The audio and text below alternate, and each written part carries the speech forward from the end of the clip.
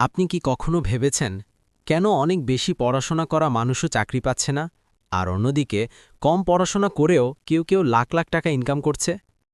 আজকের এই ভিডিওটা আপনার চিন্তাভাবনা বদলে দিতে পারে, কারণ আজ আমরা জানব লেখাপড়া বেশি করলেই টাকা আসে না, আসলে লাগে জ্ঞান আর দক্ষতা। চলুন একটা ছোট গল্প দিয়ে শুরু করি। রফিক আর করিম দুই বন্ধু। রফিক অনেক পড়াশোনা করেছে, ডিগ্রি মাস্টার্স সব আছে।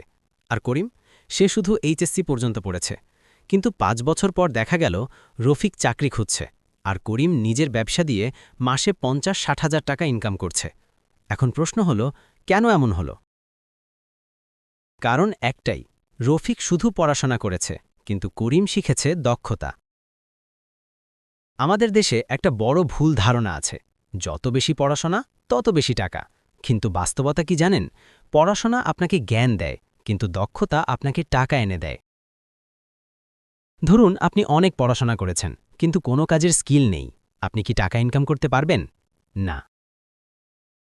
আরেকজন যদি কম পড়াশোনা করেও ভিডিও এডিটিং জানে, অনলাইন মার্কেটিং জানে বা ছোট একটা ব্যবসা চালাতে পারে, তাহলে কে বেশি ইনকাম করবে?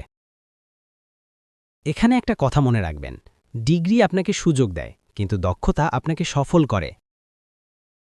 এখন আপনি হয়তো ভাবছেন, তাহলে কি পড়াশোনা দরকার নেই? না, পড়াশোনা অবশ্যই দরকার, কিন্তু শুধু বই মুখস্থ করে গেলে হবে না। আপনাকে বাস্তব জ্ঞান শিখতে হবে, কাজের দক্ষতা তৈরি করতে হবে।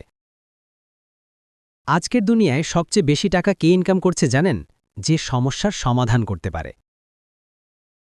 আপনি যদি মানুষের সমস্যা বুঝতে পারেন আর সেই সমস্যার সমাধান দিতে পারেন, তাহলেই টাকা আপনার কাছে আসবে। উদাহরণ দেই, একজন ইউটিউবার ভিডিও বানায়, একজন ফ্রিল্যান্সার ডিজাইন করে, একজন ব্যবসায়ী পণ্য বিক্রি করে। এরা সবাই কি খুব বেশি পড়াশোনা করেছে?